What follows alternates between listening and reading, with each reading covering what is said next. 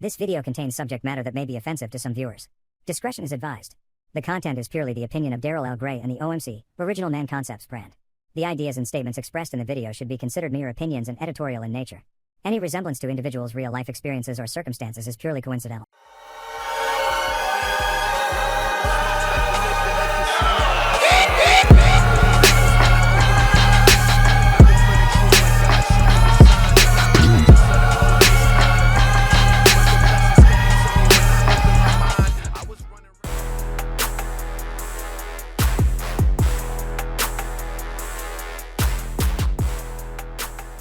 What's up, family? It's your boy Brother Gray back again for another class. Today's class might go a little long. I might break this up into pieces if it goes too long, but I want to get through it today because today I want to really talk about what we're seeing in the world. I think that's a trend for me lately. What we're seeing in the world and how we fit into it as far as the politics. We do understand that this regime is trying to mute, destroy, take away our heritage. We got people out there that are trying to tell us that we're not who we say we are worthless, excuse me, that we are prone to crime, all of these things, that we're the worst thing that ever happened to this nation. I said in another video that this is misidentification. This is projection. This is something that they do when they don't want light shed on what they do, as far as criminality, as far as immorality and everything else. So what they do is they just throw us to the wolves because it's easy to vilify black people. It's real easy to vilify black people. I've always said to people that I know, all you got to do is throw a black in there and anything you do to them is okay. Anything you do to them is okay. And to some degree, it might kind of be true because there are certain things that have happened to us that actually identify who we are in the scriptures. Understand that everything that's happened to us since we got to these shores, our ancestors got to these shores, whether you got here on a slave ship or on a boat built by your people, during the diaspora, that's another class for another day. It's written in the Holy Scriptures. It's written in this Bible. And today I want to talk about identifying who we are in the Scriptures. Talk about why we're in the conditions that we are, because one thing that these people in the dominant society won't do is they won't take responsibility for what they created. In my book, Sour Pill, How to Survive in the Dominant Society, I always say we are more like them. We are more like the dominant society of this country than we are like our ancestors in Africa or wherever they came from. Because we are an entity that they created socially. But they don't want to fix what they broke. But as an abusive spouse or an abusive partner will do, a narcissist, they'll blame you for what they are doing to you. But what they don't understand is they're a tool of the Most High God. They're a tool of the Most High God, Yahweh. And that everything they're doing, they're playing into prophecy, playing right into prophecy. And we're going to spend some time dealing with that, who they are, who we are, and what the outcome will be for them at the end of it, when judgment comes. It ain't going to just be in Revelation. This is things prophesied throughout the Bible by the prophets. And so one book that we're going to be in heavy today is 2nd Esdras. 2nd Esdras is part of the Apocrypha that some of these Protestants want to say is non-canonical book, right? They want to say that it ain't supposed to be in there. And there's a reason why they say it's not going to be, they didn't want it in there, or it's not a book that they think is valid. It's because of what I'm going to read to you here shortly. Their fate is in here. It points directly who our enemies are and why they were put in the position they're in and what's going to happen when it's all said and done. So we're going to get through that. But first, let's talk about who we are. And if you've been in this community a while, you will understand. This is boilerplate Israelite scholarship. This is what it is. We all start with Deuteronomy 28. When you're trying to evangelize to somebody who's not in the truth, as far as we're concerned, you start with Deuteronomy 28 to show them who we are in the scriptures. So let's get there. So we're going to start in Deuteronomy 28. Let me get there. We're going to start in Deuteronomy 28, and then we're going to go down to 15. Now understand, these are the things that happened to us after we left Egypt, okay? And so he's telling us, the Most High is telling the Israelites,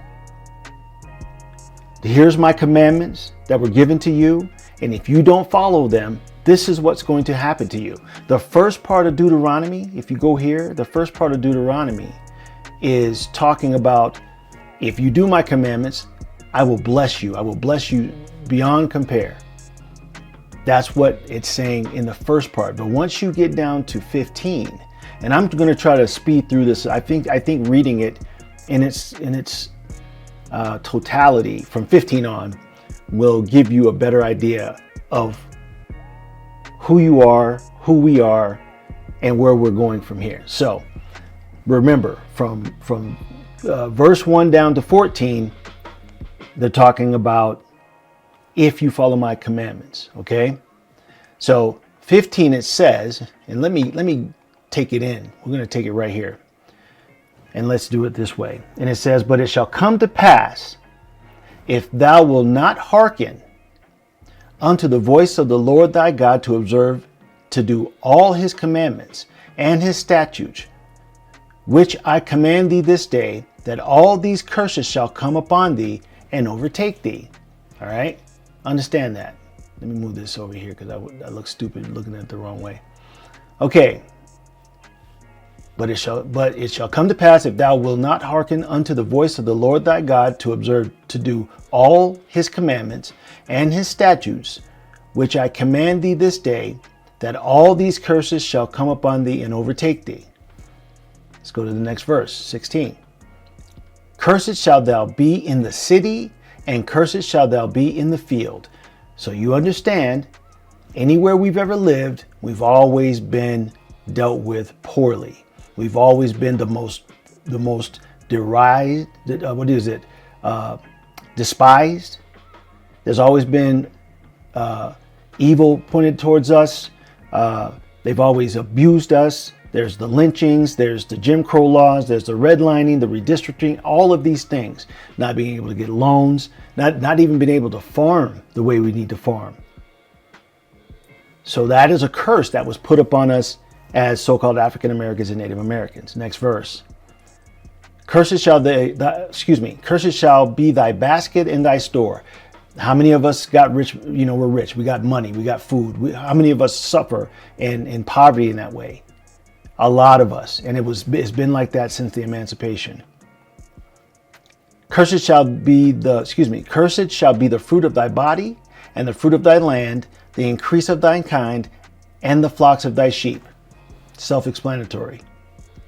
Cursed shalt thou be when thou comest in, and cursed shalt thou be when thou going out. Everywhere we go, any place we go, we're looked at as third-class citizens.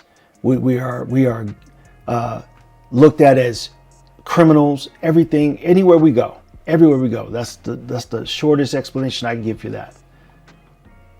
The Lord shall send upon thee cursing, vexation, and rebuke, and all that thou settest thine hand unto for to do, until thou be destroyed, and until thou perish quickly because of the wickedness of thy doings, whereby thou hast forsaken me.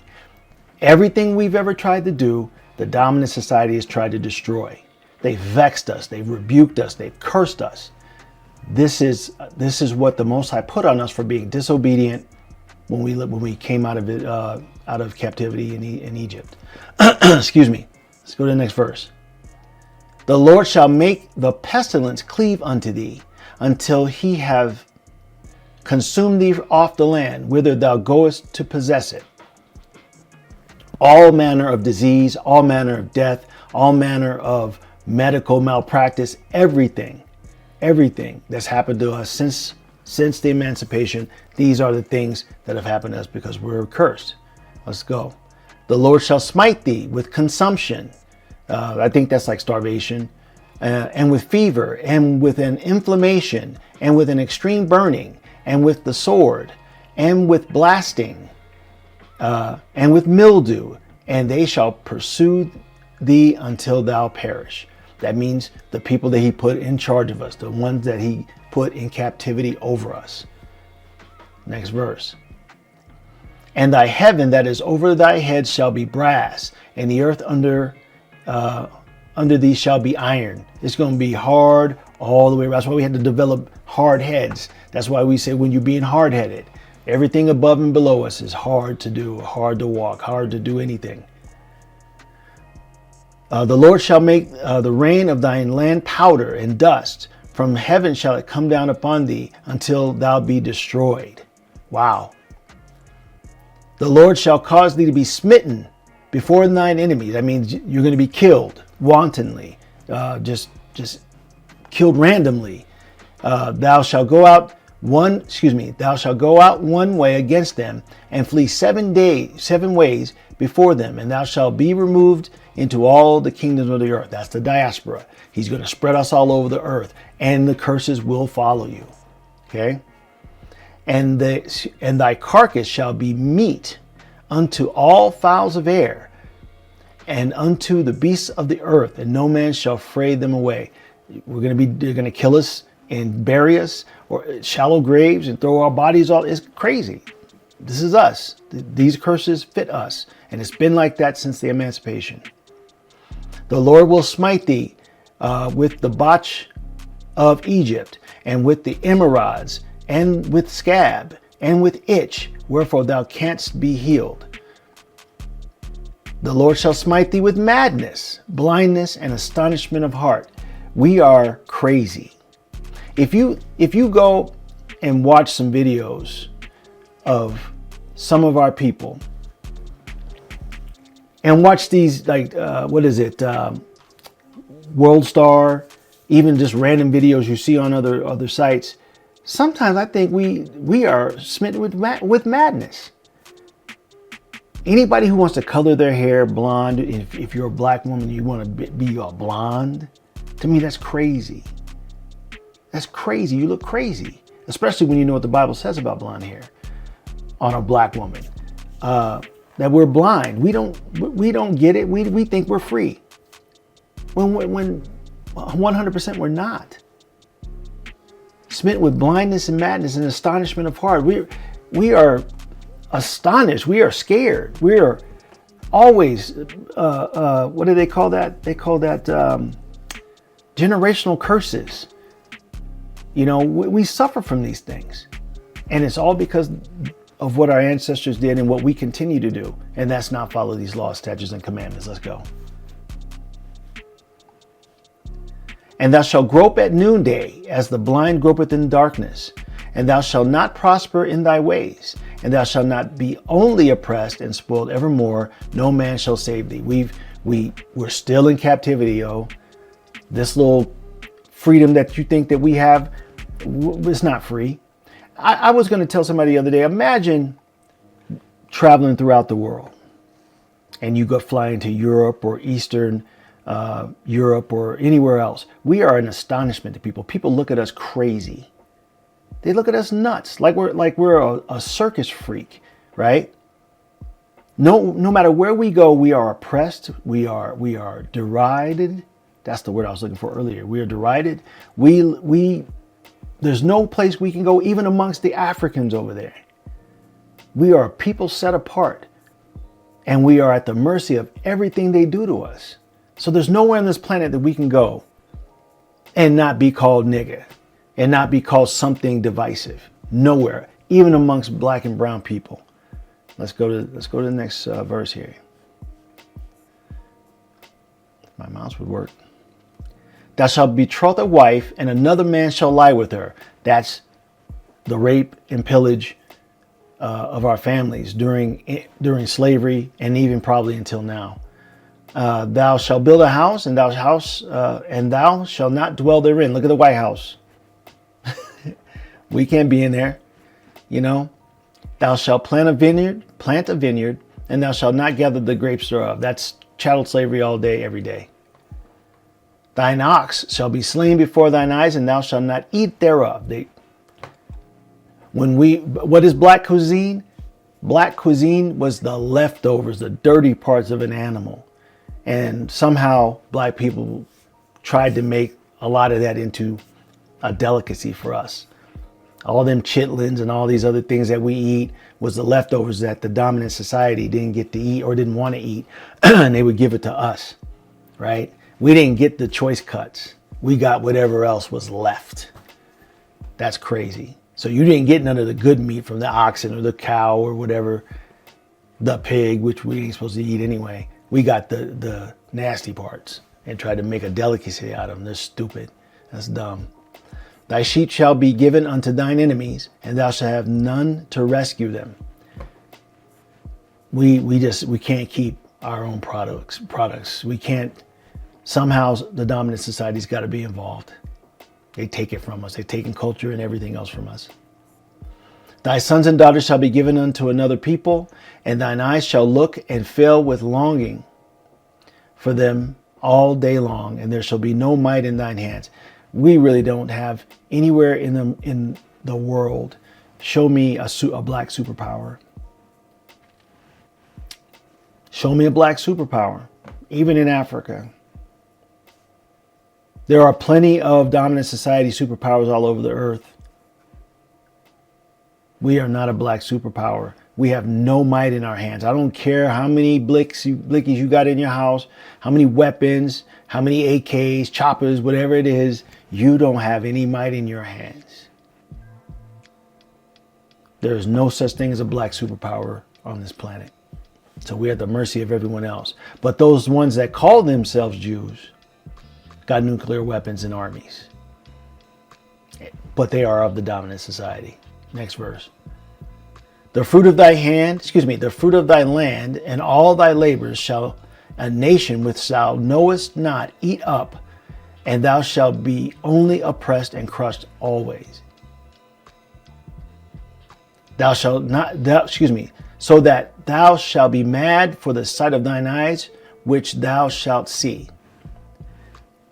Next verse. The Lord shall smite thee in the knees, in the legs, with a sore botch that cannot be healed, from the sole of thy foot to the top of the head. Could you imagine how our ancestors were treated as far as medically? They probably treated their cattle better than they treated us. I'm sure we had many diseases and many sores and many injuries that they just didn't care about. The Lord shall bring thee and thy king, which thou shalt set over thee, unto a nation which neither thou or thy fathers have known, and there shalt thou serve other gods, wood and stone. Think about this. How many of us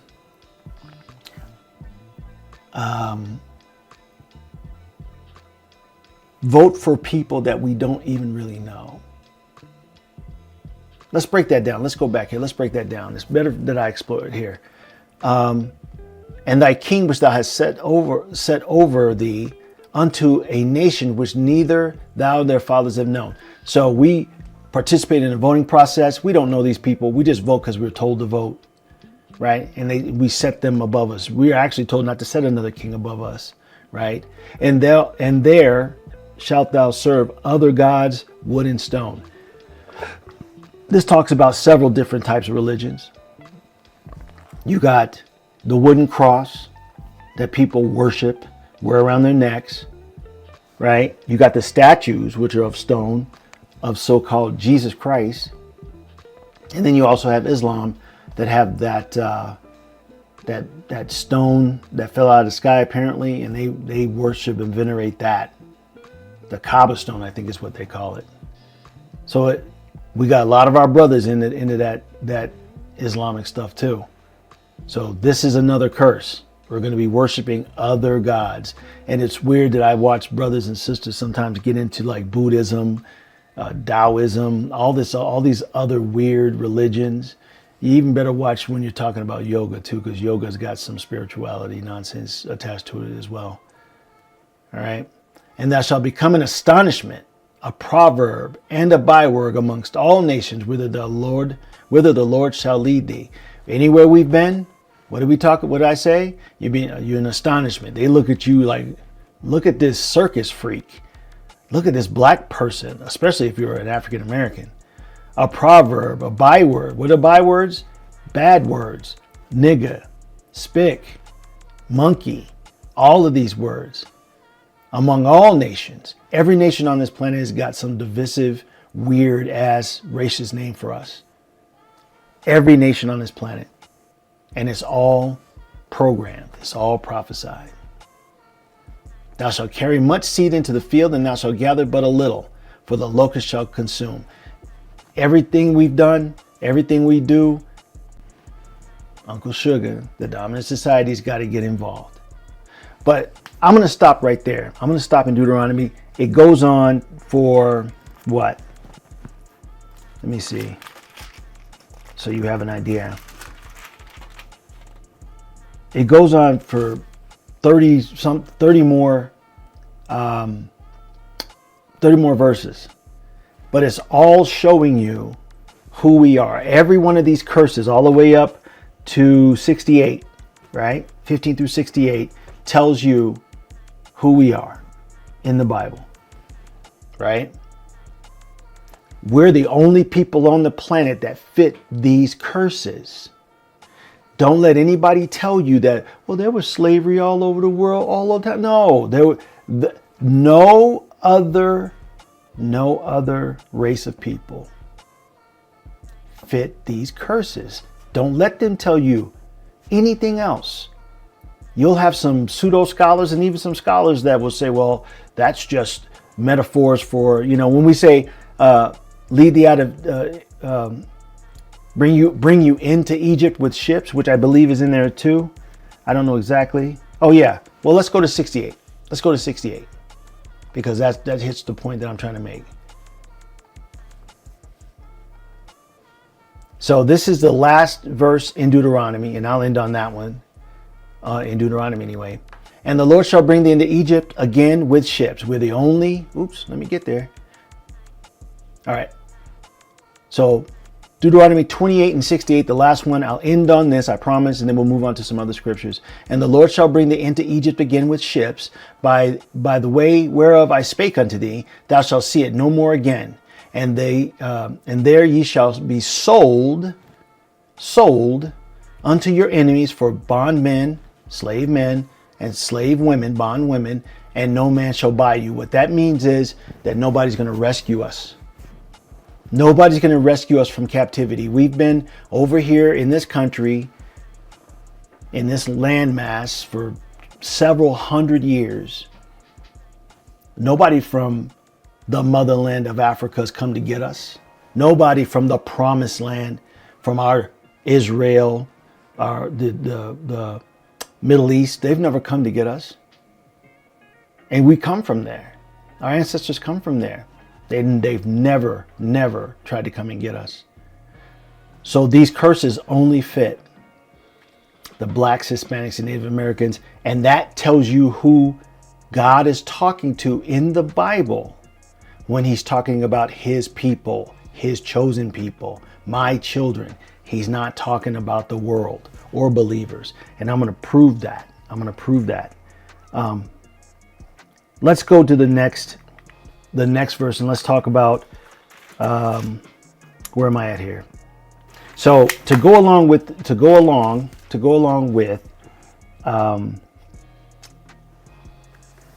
what Deuteronomy is saying and who we are and how we got to be to where we are, to understand these curses, which were horrible, what God has said afterward, if you read more, I know I'm just being sloppy with this and I shouldn't. I hope the Most High will forgive me. He will redeem us as well. There are protections for us. Those people who he used to put us into slavery, I know sometimes they don't make sense. Why would you do that if you're only going to save us? Because sometimes you punish your kid and then you be nice to him. That's the most basic thing I can tell you. Sometimes you get mad at your kids for not doing the right thing. You put them on punishment, and then what do? You let them off punishment. That's how this works. And our Father's the same way. So if you go to Psalm 91, and we're going to start at verse 1. Let me get there. I think I got it up here so you can see it. And we're going to go as far as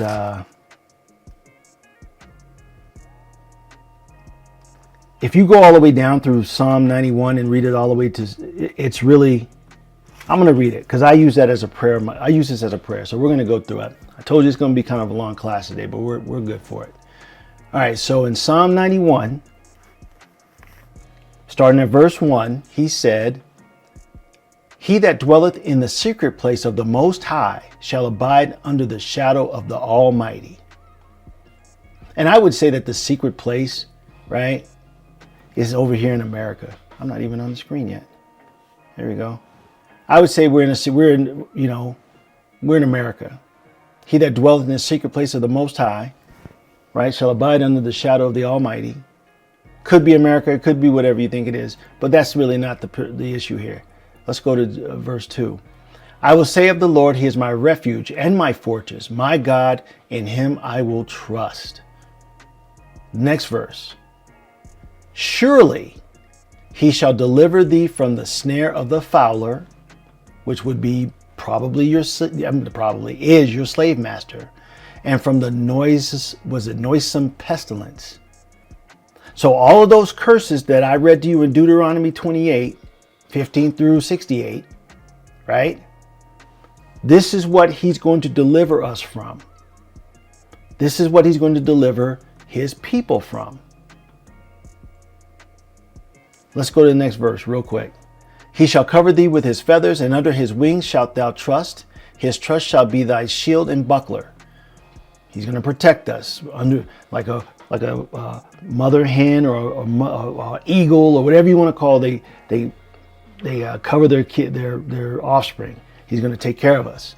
He's going to shield us from all this stuff when Yahushua comes back. "Thou shalt not be afraid for the terror by night, nor for the arrow that flieth by day." We shouldn't be scared of bullets. We shouldn't be scared of cops with guns, right? Busting into your house, shooting you while you're eating ice cream. Remember that? Crazy work. We shouldn't be scared. Arrows are a metaphor for bullets and rockets and all types of stuff. "Nor for the pestilence that walketh in darkness, nor for the destruction that wasteth at noonday. 1,000 shall fall by thy side, and 10,000 at thy right hand, but it shall not come nigh thee." Some of us that are going to be saved or brought up, picked up, not raptured, but picked up and saved, we're not going to have to suffer any battles, because the Most High is going to take care of our battles at our right and our left hands. It's going to be beautiful to watch. "Only with thine eyes shalt thou behold and see the reward of the wicked." He's going to let us watch it like a movie. "Look what I do to the people that enslaved you. Look what I do to the people that oppressed you and persecuted you." White supremacists, white Christian nationals. "Because thou hast made the Lord, which is my refuge, even the Most High, thy habitation. There shall no evil befall thee, neither shall any plague come nigh thy dwelling." It's going to be beautiful, man. "For he shall give his angels charge over thee to keep thee in all thy ways." Man, angels are going to be protecting us. Can you imagine your bodyguard is an angel from the Most High God, man? Can you imagine? Nothing can touch you. Nothing. Nobody. "They shall bear up thee in their hands, and lest thou dash thy foot against a stone. Thou shalt tread upon the lion and the adder," which is a snake. "The young lion and the dragon shalt thou trample underfoot. Because he hath set his love upon me, therefore will I deliver him. I will set him on high, because he hath known my name." And the only way that the Most High God is going to know your name is if you're doing what he's telling you to do and following the oracles and the faith in Christ. That's it. That's the only way he's going to know your name. Because he shall call upon me, and I will answer him, and I will be with him in trouble. I will deliver him and honor him. Deliver him means that you basically will worship him. You will spread his word. You're going to be an ambassador for the Most High God and his commandments, right? And if you're in this video, or if you're in the truth, he's called upon you, and you do whatever you need to do to get this gospel out there, the gospel of Christ and the gospel of God at the end of it. With long life, I will satisfy him and shew him my salvation. And then it goes in, it is a good thing to have, it is a good thing to give thanks unto the Lord and sing praises unto thy name, O Most High. And then it goes into the next one. That was the next verse anyway. So those are the things, the protections that we know are coming for us if we follow the Most High and his commandments. So what have we done? We've identified who the Israelites are. We know he's going to come in and swoop us up and take care of us. He's going to get us out of this mess, right? But what's going to happen to the people? The gun, the smoking gun. What are you going to do with the smoking gun? The people that treated us pretty bad. Now understand, he did that. But when you're done with your gun, you got to get rid of the gun. It's useless to you anymore. So because of who he created them to do this, to be our jail masters, whatever. He's going to deal with that. He's going to burn them. He's going to get rid of them. So let's go there. Let's go there.